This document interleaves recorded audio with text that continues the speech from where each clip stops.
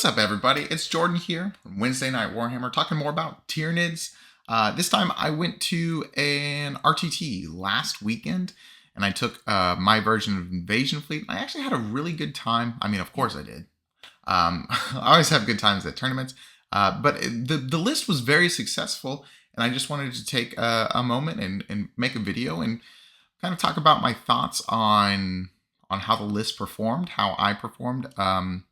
And you know what to improve in the future, or kind of the successes we had. So welcome. Here's my tournament recap at an RTT. So this is the list that I brought. It's pretty standard Invasion Fleet. My characters are going to be Broodlord, Hive Tyrant with the Adaptive Biology, Narrow Tyrant with Alien Cunning, 2 Gargoyles, a Biovore, triple Exocrine, which is something that I've been playing with for the past month and a half or so or something. It's been really, really good. I've been happy to run triple Exocrine. It's just phenomenal. And then 10 Gene Stealers to go with Broodlord, of course, double Lictor, a Maleceptor, 2 Rupture Cannon Tyrannofexes, and then Von Ryans. So kind of the spice of the list, honestly, is the Narrow Tyrant with Alien Cunning, and the Von Ryans. I think Von Ryans are pretty good, but the reason why I have them in this list is to just screen out annoying infiltrate units, and then with the redeploy, I can just put my Von Ryans somewhere safe after that. It's a little expensive as a 100-point combo in order to do that, but it's worked pretty well for me. I think I used it pretty well this past RTT, but it is definitely something that I can look at in the future if I definitely want to consider that combo or keep that combo, or if I want to put those points elsewhere. Maybe like a 60-point unit, maybe like Termagants, probably not Termagants, but having something and then like Raveners or something might be an interesting thing. Another thing that I wanted to mention before we get into my games and everything is my Hive Tyrant loadout is pretty much always Bone Sword, Lash Whip, and then the Heavy Venom Cannon, and of course with the Adaptive Biology. However, I think I'm going to talk about it a little bit once we go over the games. I'm thinking that I might start trying out the full melee Tyrant, meaning the Bone Sword, Lash Whip, and then the Scything Talons as well. I don't know what it was. Maybe something was in my coffee. I was more aggressive with my Hive Tyrant, and I often felt like I would have preferred the extra melee instead of just the plink shots from a Venom Cannon. But anyways, this is the list. I really, really like it. I've done quite a bit of testing on it, and it's been very enjoyable for me to play. So let's go ahead and get into my matchups. So round 1 was World Eaters. I did win this round. This was against a good friend of the stream, Jack Reacher. So it was actually really cool that I got to play him. It was a lot of fun, and he was excited to play. It was funny. We got paired, and then all of a sudden there was a repair for some reason, and I was like, oh man, I thought I was gonna lose out on this matchup with Jack, but it was great. We got to play, and he was running the Vessels of Wrath new detachment, no Angron. So it was. I think it was like Karn, then a Mo, and then a Lord Juggernaut, or maybe the Invocatus. I forget which one of those. And then 6 8-bound with them. Then of course 2 10-man Berserker squads, a couple of Rhinos. The spice he had, which I actually really liked, was the Hellbrute. That has the infinite fights and shoots. It's very good. It was very spooky. And then also 2 Forge Fiends, which I thought played really, really well. I actually really liked his list, even though we'll talk about it in a little bit. I ended up winning that matchup, but it was pretty spooky. There were a couple of times where I did not think I was going to win that match, but it was great. Let's get into it. I did take a bunch of pictures, and then as soon as I came home to edit, I realized I'm not very good at taking pictures. So I'll work on, for the next time I do one of these tournament recaps, I'll make sure that I take more pictures, and I'll make sure that I do a little bit better of a job so it's easier to follow. But I still think we can see the battlefield here. This is, of course, Jack's army. Look at all these world leaders. I also really, really like his scheme. It's like kind of like this dark rusted red. It's like more of like a dark bronze than the typical red for world leader. So it's pretty sweet. So hats off to you, man. Okay, so I think the first thing to think about, especially when you're playing against world leaders, is the deployment. And so, of course, you can see right here, the world leaders deployed on the line. And I believe this is Hammer and Anvil, so he just deployed on the line all the way across. There's actually pretty good coverage of like terrain here and here. So he's pretty safe. If he's able to like get into this pocket right here, and then he can slingshot his way up there. And that's kind of what he did with this unit. But if you look at what I did, I have my Von Ryan's Leapers right here, and they were I actually ended up moving them so they were trapping the scout of this exalted 8-bound squad right here. So the 8-bound was not going to be able to scout and get into my castle over here, right? And then my gargoyles screened everything over here, kind of hiding my Broodlord and Gene Stealers here. So yeah, that was my plan, was kind of to screen out his initial charge, of course, with his Exalted and everything, with my Von Ryans, and then if he somehow got past those, then my Gene Stealers would help screen as well. However, I do think I made a mistake in this. For my reserves, I put way too much in reserves in this game, and it honestly did cost it. It almost cost me the game for sure. So the things that I put into reserves, I put 2 Exocrines, a Gargoyle Squad, and a Tyrannifex. I should have just slammed everything on the table. Honestly, if you go up against world leaders, Tyranids or whatever army you're playing, make sure you screen. Maybe have one unit. If I had one Exocrine screen or one Exocrine in strategic reserves just to come and reinforce an area, that might have been a good play. But all of your screening units should just be on the front line, and your important stuff should be 3.1 inches back, and you have all of your screens just on the front line, so that if they're going to touch anything, it's not your important stuff, right? It's not your Maliceptors, Exocrines, or Hive Tyrants. So he did go first, and he went right up here. Of course, like anyone would guess, world leaders would go right here. And I was able to block off this area through gargoyles, and then he also did advance out of this rhino with I think it was Karn first. And for a majority of the game, Karn was fighting this Maliceptor. They were just staring at each other for a really long time. It was 10 Berserkers and Karn versus a Maliceptor, which, hey, if you had any doubt about the defensive potential of a Maliceptor, sheesh, it's taking down Karn, a bunch of Berserkers, which of course, they're all wounding on 5s, maybe 6s, but it's still pretty good. So his first turn was actually pretty spooky. I was not a huge fan of it. He just pushed the Hellbrute and then all of the Exalted up right into this middle board. Of course, my Von Ryans died. And then he was threatening. The biggest thing of the entire game was, I believe, turn 2.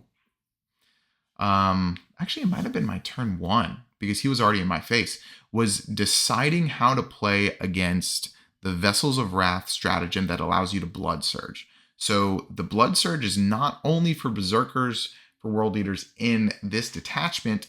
1 CP after you're shot at, your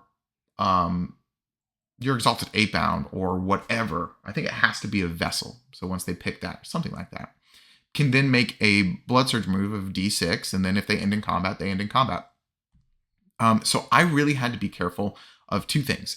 Making sure that any of my units were exactly 7.1 inches out, because even if they roll a 6, then it's still 1.1 inches out, and then you're not in engagement range. So that's the number one thing you need to do when you're playing around any kind of Blood Surge, because of course now they can only do it once with the, there's a rules commentary or something that talked about that.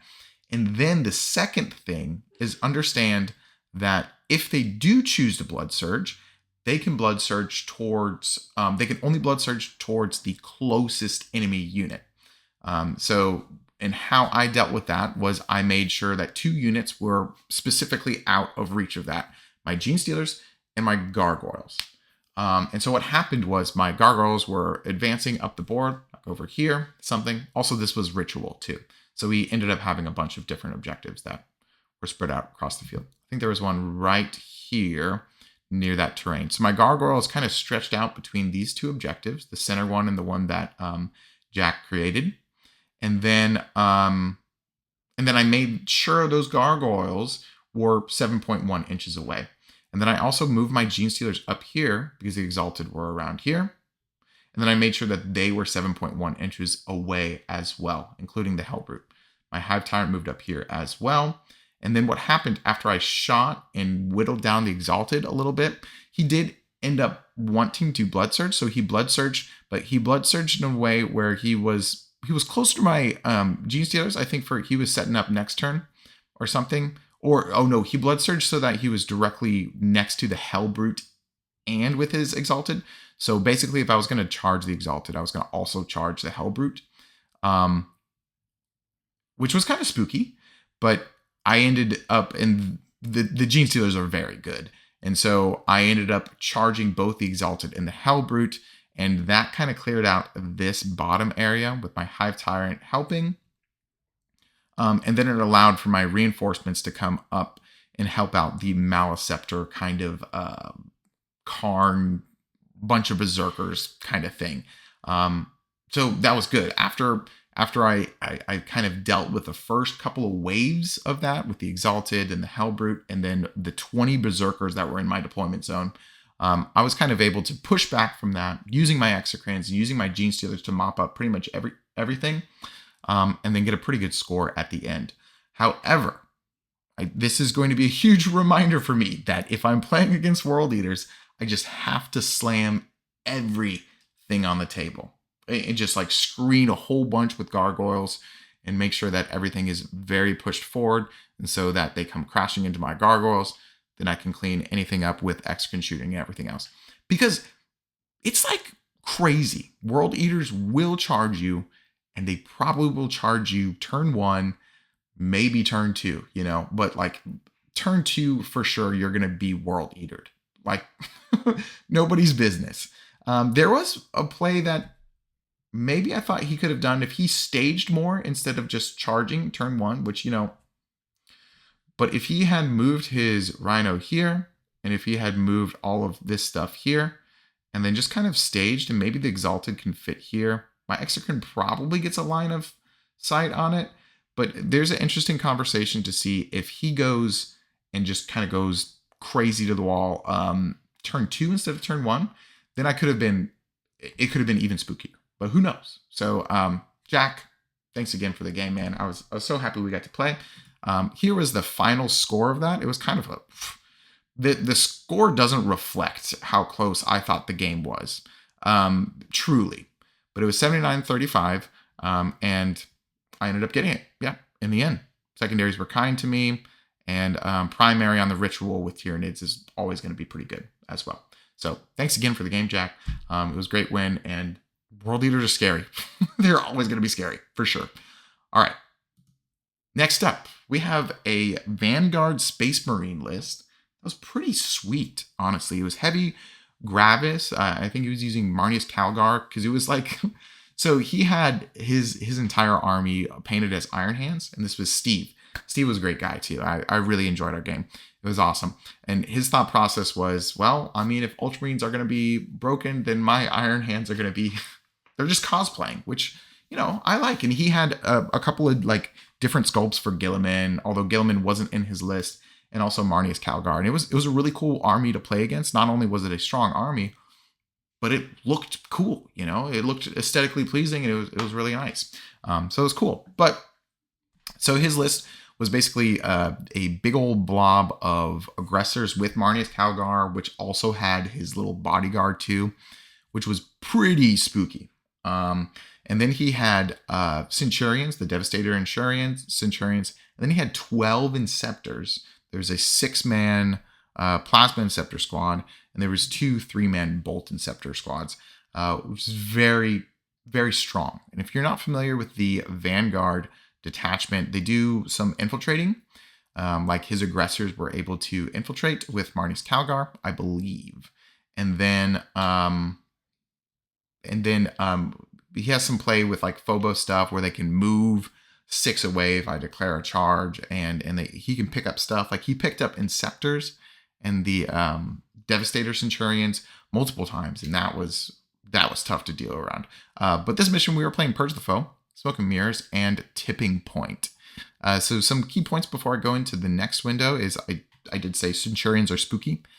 Going into this, I had a couple of thoughts. I was basically going to try and just damage check and push my monsters in his face as quickly as possible, especially after I saw what he declared in reserves, which it was the Plasma Inceptors, all of the Inceptors basically, and then the Centurion Devastators. So basically what was left on the board that was going to be an immediate threat was the aggressors. So if I thought if I could contain the aggressors the first 2 turns and screen out as best as I can then the Centurions and kind of dictate what they're going to be able to activate into, then I had a pretty good chance of just holding the mid board and then counterattacking and then probably winning from there. So that was kind of my game plan.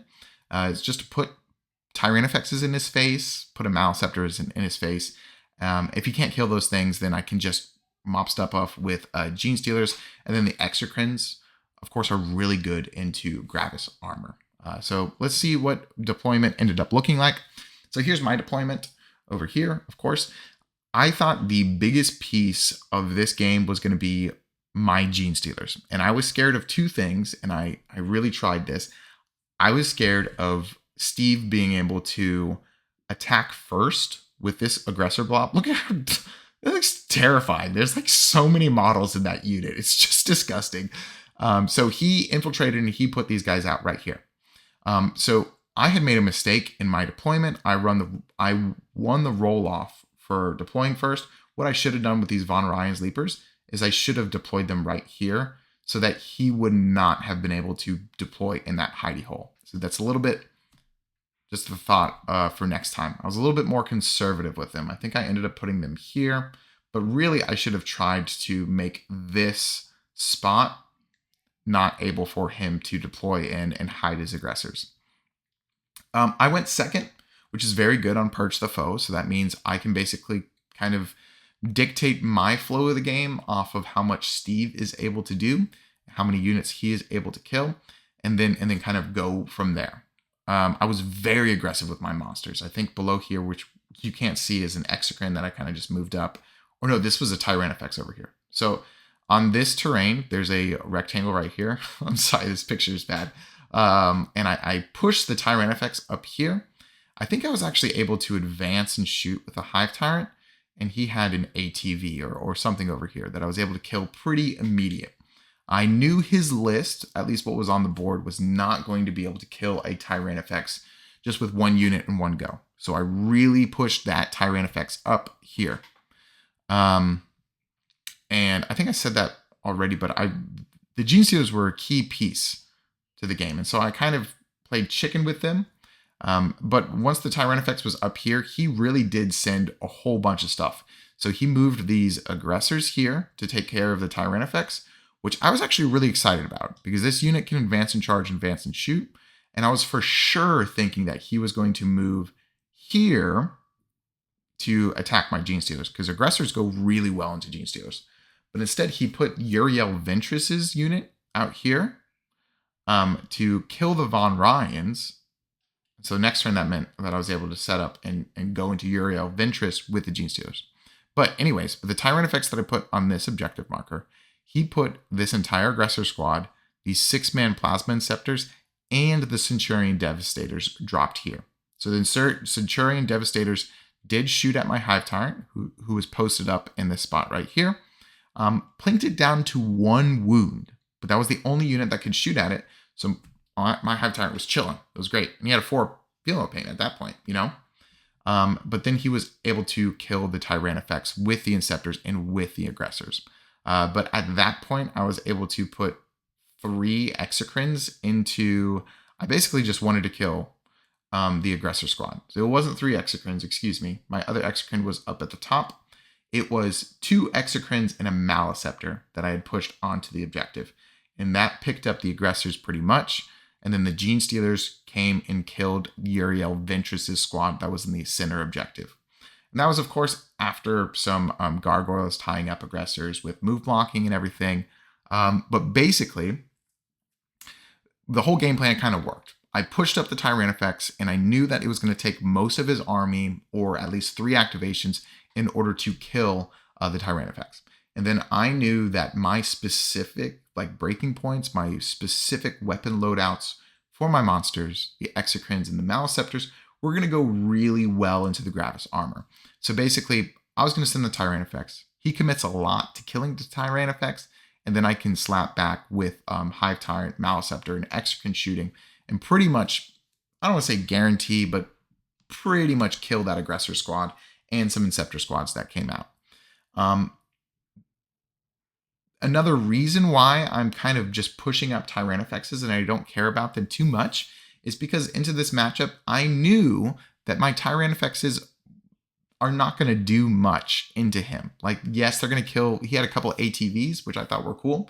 They're going to kill a couple of ATVs, and that's it. Or maybe kill 1 or 2 aggressors or 1 or 2 Inceptors every single turn. But besides that, they don't really do anything. So if I push up my Tyranifexes and force him to kill a Tyranifex instead of killing Exocrines and Maleceptors, then they are going to be able to activate into the things that they're good at activating into, which was basically the rest of his army. So by forcing him to deal with the Tyranifex first, kind of left all of my other units able to activate into his army, which honestly, those units were better at activating into his army than my Tyranifexes. Also, charge with your Tyranifexes. And I did this twice in the game. I charged a group of scouts and killed them with the Tyranifex, I think. And then I did it up top too, near the end of the game, just to clear off an objective too. So it's pretty sweet. This is our final score. It was me 100 and Steve 46. Again, that 46, in my opinion, does not reflect how close and how spooky this game felt to me, especially turns 2 or 3. The Centurion Devastators were disgusting. They're very good. They have 6 las cannons and they have a bunch of rocket pod shots. So I often don't like splitting fire, but they're one of those units where it's pretty good to split fire at because they reroll 1s natively, I believe. And then the las cannons are twin linked, and it can be really gross. So he would do a thing where they would drop down, and then there's a stratagem in Vanguard where it's +1 to hit and +1 AP if you're outside of 18 or something, I believe. So they would hit on 2s, reroll 1s, and then if you had the rocket pods shoot at the Oaths of Moment unit or something, it's pretty spooky. But it was a great list. Steve, it was great playing against you. Thanks, man. If you see this. So yeah, it was a great time. So I'm going into round 3, 2-0. And I do lose. Sorry, folks. Sorry to disappoint. But it's round 3 against Chaos Knights. And this specific list is a really bad matchup for Tyranids. If I was playing teams, this would basically be a red matchup for me, meaning I do not want to go into it. And I kind of knew that when I got paired, but I wanted to make the best of it, you know? And in RTTs and tournaments, there are going to be some matchups that you get paired into where it's an easy win or it's a coin flip or whatever. I think this is kind of like maybe like a 60-40 or 70-30, leaning towards the Chaos Knights. And that's because of a couple of things. So this list was War Dog spam. It's basically the list that I feel like has been around for quite some time, where it's 6 carnivores, 6 of the, I think they're brigands, of the shooting dogs, and then one character. So you have 1 character in there, and then you have 12 other war dogs. I am running Rupture Cannon Tyranifexes too. I have 2 of them, of course, but the Rupture Cannon Tyranifexes can kill a knight a turn. But with 13 knights, I'm not going to kill all of them during the game, you know? And then the real backbreaker, in my opinion, that makes it a bad matchup for Tyranids is the indirect fire off the back of all of the War Dogs, which is weird, you know? And it is weird to think, ooh, And it's weird to think of that. However, give me 1 second. I think my OBS just stopped. And we're back. Sorry about that. Some technical difficulties. OBS just freaked out on me. The worst part about this matchup is the indirect that the Chaos Knights have on their back. It makes it really hard for me to do my normal game plan, which my normal game plan is to have gargoyles, move them up, move block something, and then profit. But with a 48-inch range indirect, they're going to be shooting at the gargoyles. So in my opinion, when you play against Chaos Knights with gargoyles, there's an argument to reserving both of them, or however many squads you have. And I have 2 in this list. So I deep strike both of them.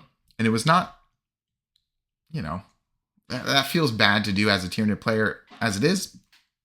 But I definitely didn't want my gargoyles to instantly die from 13d6 indirect blast shots, which could definitely happen. So I was on the back foot already because it's also raised banners, and those were my only battle line units, which is not a huge number of points, but it is definitely something that, adds to your score. But the indirect really, really is tough on Tyranids, unless you're running just Crusher Stampede, right? Or something like that. But the indirect did chip away at my Steelers a little bit and Gargoyles. So let's go. I only got 1 picture in, but I mean, I've only been sharing 1 picture, of course. But this is I think this was turn 3. So my Gene Stealers had ended up here, and they were also kind of screening some Knights from coming into my main force over here. And then my Gargoyles were screening these guys as well. I have a Tyranifex down here, and then Tyranifex up here as well. Tyranifexes were great, and it did take him quite a bit of time to kill them. My kind of game plan of the entire game was to try to move block as much as possible. I did with Von Ryans in the first turn, and then kind of just outrange him with Rupture Cannons and Exocrines. Of course, I picked lethals for my adaptive, but that can only do so much, and in this game, it ended up not doing enough. So I did go first. I killed 1 Knight because I don't think he was able to really hide all of them. I killed 1 Knight with a Rupture Cannon, and then I put another one down to 3 wounds with the other, which I was like, ugh. So had I killed 2, I'm honestly not sure that would have changed the game too much. But I moved block with the Von Ryans just so that I would have another turn of not being Chaos Knighted. And then I think I killed 1 or 2 more the next turn. But then turn 3, he was just in my face. And he was in my face with like 6 of these War Dogs. And Tyranids really cannot handle 6 War Dogs. So this kind of goes to the thought that I shared at the beginning of the video of maybe having more melee on the Hive Tyrant so that I'm just sending him out a little bit more. Because honestly, if you can see right here in this picture, the Hive Tyrant was actually kind of blocked by the Exocrine because I didn't want to move the Exocrine because I wanted him to get his heavy. And he's not able to go through this wall or anything. So had he gone in and maybe rumbled a little bit earlier, but then he's not the best either because he's only wounding on 4s. Yes, it's twin linked, but who knows? I really couldn't kill enough of his Knights by turn 3, and they're in my face. And basically, it was just a landslide of primary at that point. The beginning of the game, I was way ahead on points. Like, he wasn't scoring any secondaries at all. He would draw 2 secondaries. Nope, can't score either of those, and he would just discard them. Which, that happens. But then he was eventually at the point where he killed enough of my army where I really couldn't score any more secondaries or primary, and he was able to just take over the game and get, I think he got double 15s at round 4 and 5, which on take and hold, that's definitely what you want to do. So this being a tough matchup for Tyranids and me going first and it being on take and hold, he definitely won. I think something happened with our scores. I don't think my score is, it was the end of the day. So we ended up talking it out, and our scores, I think his score ended up being higher than this. I think it was like 75 to 61 actually, but we were talking it out at the end of the game. But if you can see at the beginning of mine, I'm doing pretty well on secondaries. I got 10, 5, And then really the 4th and 5th turn was really not good for me. And then if you can see at his score as well, which is kind of crazy, he only got 17 points on secondaries. Isn't that crazy? So really his primary, 10, 5, 15, 15, just ridiculous. If I had been able to, hold on to a couple more points, a couple more objectives throughout the latter half of the game, there's a good chance that I pull out this win, for sure. Another thing that I should have done is I should not have played so cagey with the Gene Stealers. I didn't realize that the Carnivores, the sweep is really bad into them, actually. Carnivores actually are not good into activating into Gene Stealers. I should have maybe pushed them up a little bit further. Let's go back to this. I was actually pretty spooked by them. I did not want them to be touched, and I kept them in this hidey hole for one or two more turns than I should have. But I really probably should have used them to counterpunch and go into some Carnivores, and I think I focused them on the Brigands. Not the best, but it's one of those things that you learn about and then you fix for the future. Because with the Carnivore only having 6 attacks, like, yes, he hits on 2s. He's going to wound the Gene Stealers on 2s, but maybe 1 or 2 hits doesn't go through. And then with the 5-up invuln, that's swingy. And so there's a chance that maybe he only kills 3 Gene Stealers, and then I have 7 Gene Stealers and a Broodlord that are able to activate into it. That's pretty good. That's not bad. But anyways, this opponent, Matthew, he did a great job. Thanks, Matthew, for the phenomenal game. Always learn, and I definitely felt like I learned a little bit about how to play into Chaos Knights with that game. But yeah, before I go into my final thoughts, if this is the kind of content that you like watching, we do stuff like this all the time on Wednesday Night Warhammer. In fact, every single weekend, normally, I post a different tactics video. This one, of course, is just me reviewing my RTT that I went to. We do a lot of fun stuff. And Wednesday Night Warhammer, we play Warhammer on Wednesdays. Check us out. 5:30 p.m. Eastern Standard Time. Easy peasy. Anyways, enough shilling. These are my final thoughts. My reflection, as boring as it is to say, and I'm not saying this to be conceited or whatever, my list is good. It's a good list. I still could use some practice, but I'm happy with how it performed, especially keeping a game close to a tough matchup like Chaos Knights. It really is a hard matchup for Tyranids, especially the build that I'm running with. So I'm not really going to change too much of the core of it. I really like the triple Exocrine, the Malceptor, and the 2 Tyrannifexes, as well as the Gene Stealers. That's kind of the core of it. And then everything else just kind of falls into place. I would say my MVP is the Gene Stealers. They consistently need more put into them to be killed than anybody thinks. And they kill way above their weight class. For 230 points, they just decimate things. So I'm really excited about Invasion Fleet Gene Stealers, and I'm probably going to be playing with them for the extended future, and they're just really good.